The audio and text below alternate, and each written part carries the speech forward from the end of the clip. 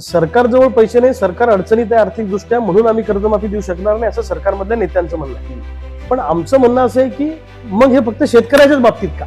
सरकारजवळ पैसे नाही, आमदारांचे पगार थांबायला पाहिजे.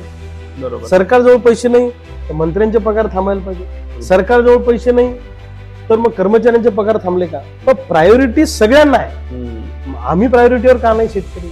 आमचं म्हणणं आहे की आमच्यावर झालेलं कर्ज हे आमच्या चुकीमुळे झालेलंच नाहीये, आणि आमच्या चुकीमुळे झालं असतं तर सबंध शेतकऱ्यांवर कर्ज झालं असतं का?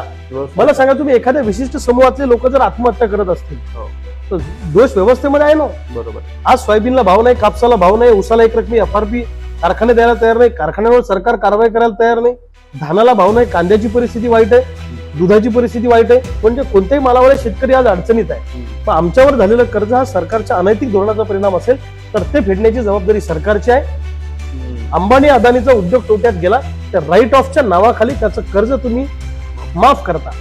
पण जो न्याय उद्योगपतींना लावता मोठ्या, तो न्याय आम्हा छोट्या उद्योजक शेतकऱ्यांना का लावत नाही, हा खरा आमचा प्रश्न आहे.